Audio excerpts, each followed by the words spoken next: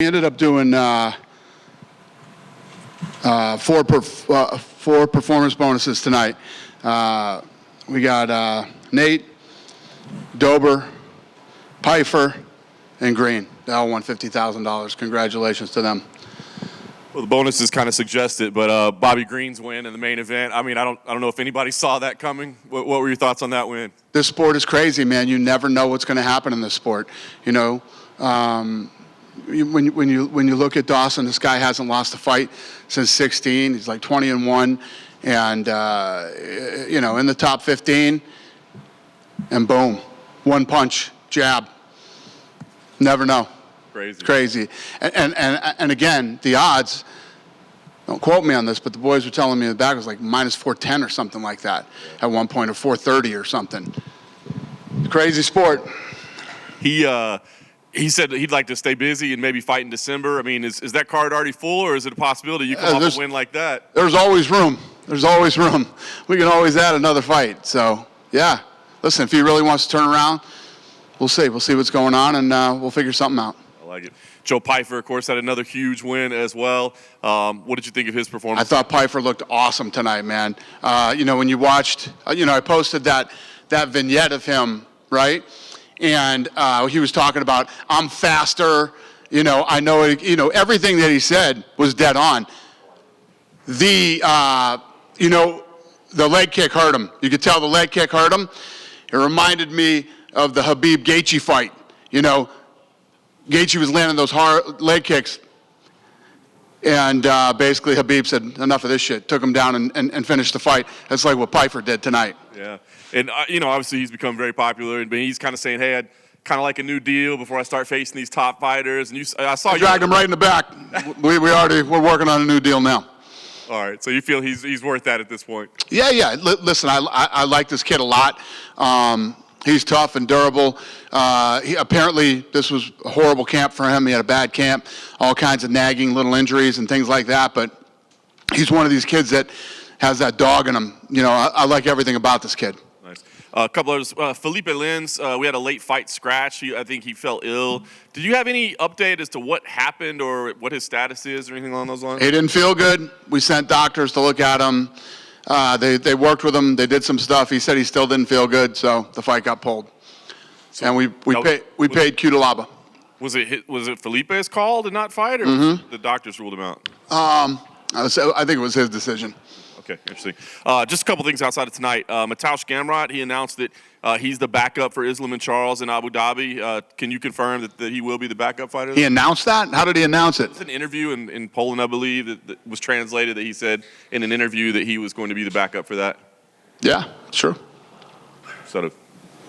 Yeah? Yeah. Okay. Yeah, I said, yeah, it's true. Yeah. Okay. Yeah. Conor McGregor also announced that he's in the USADA testing pool. Is that your understanding as well, or do you know if that's official? No, he is not officially in the USADA pool. He submitted the paperwork. Probably by Monday, he'll be submitted. And we're all kind of speculating. Again, don't hold me to that, but that'd be the paperwork is submitted next week sometime. Yeah. We're all kind of guessing, you know, 6 months, that sure looks to line up real nice with UFC 300. If you just do the math, does that appeal to you to have him maybe at UFC 300? I literally have nothing planned with Conor McGregor right now. The paperwork is being submitted. We'll play it by ear, see how things work out. There's still a lot of things that have to happen as far as fights go, and then we'll decide where he's going to land. Okay. And last thing for me, I just want to ask, obviously Tom Brady being in the house tonight caused quite a stir, I guess. What was that? And did he have any thoughts on the fight? How'd that come together? We're going to U2 tonight. Dane over here. Yep. Another fighter that impressed today was Joaquin Buckley. Great performance, all-around performance. What are your thoughts on his performance tonight?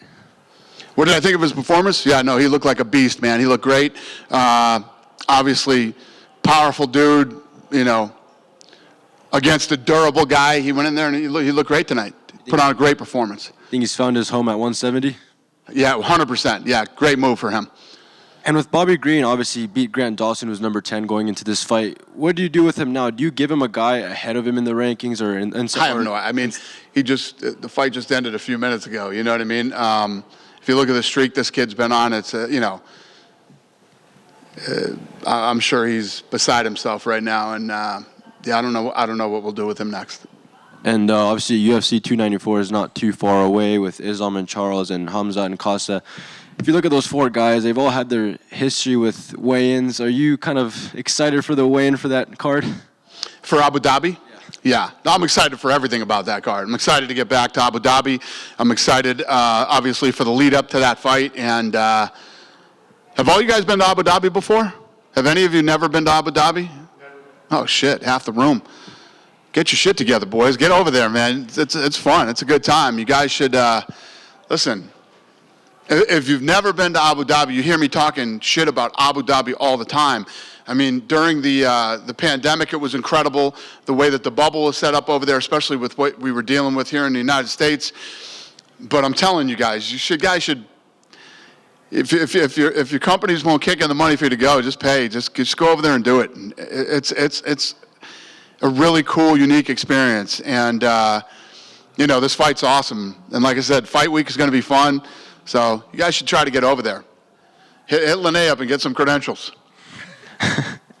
And it was recently announced that Derek Brunson was signed by the PFL. I just wanted to ask about how were the conversations like with you guys?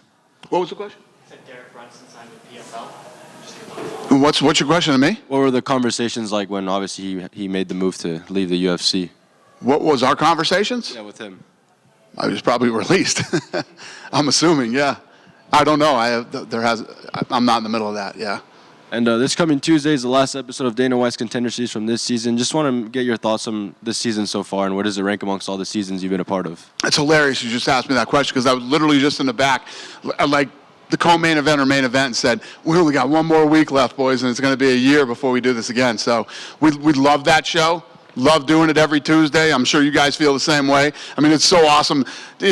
We have a fight on Saturday, and then you can look forward to waking up Tuesday morning. You got more fights, over here, and they're always incredible. And yeah, I wish we could do those year round. I would literally do that year round if there was enough talent out there. I was gonna ask, that was my next question. Have you guys had those conversations yet about making it year round or just more? It's perfect right now because you do 10 weeks of this, and then you let the talent build up again over the next year, and you go 10 weeks again. It really is perfect. I wish there was a scenario where we could do it every week. So maybe that's something like as MMA continues to grow worldwide and more talent comes to influx. Well, we really are worldwide. I mean, if you start looking at the talent that's been the last 3 weeks, you're talking about South America, Brazil, all throughout Europe, and really is bringing in people from all over the world. So. Thank you. Thanks. Hey, Dana. Yep. I just wanted to ask you about Karolina Kowalkiewicz. She's on a 4-fight win streak. She was on a 5-fight losing streak before that. Is it just kind of cool to see someone who, was on that losing streak? Everyone kind of wrote her off, like she should retire. Then she's bounced back on this 4-fight. Like, is it just cool to see? Yeah, no, it's awesome. Not to mention what a great human being she is. I mean, let's start there. And then, when you see somebody bounce back the way that she has, it's awesome. I don't know how much longer she wants to do this. What more is there to really accomplish, especially as you start to get older? But yeah, I mean, I like her very much, and I'm happy to see her be successful. Drew Dober broke the record for most knockouts in the lightweight division. What were your thoughts on him? That was as one-sided an ass-whooping as I have seen in a very long time in the UFC.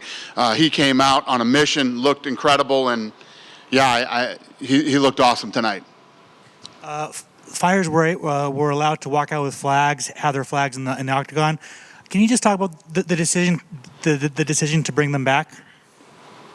Fighters walked out with their flags, like the match. Yeah, flags are back. Yeah. I was on vacation during the Mexican Independence Day, and the no flag thing drove me crazy. And I was like, yeah, fuck that, we're bringing flags back. Yeah, it drove me crazy.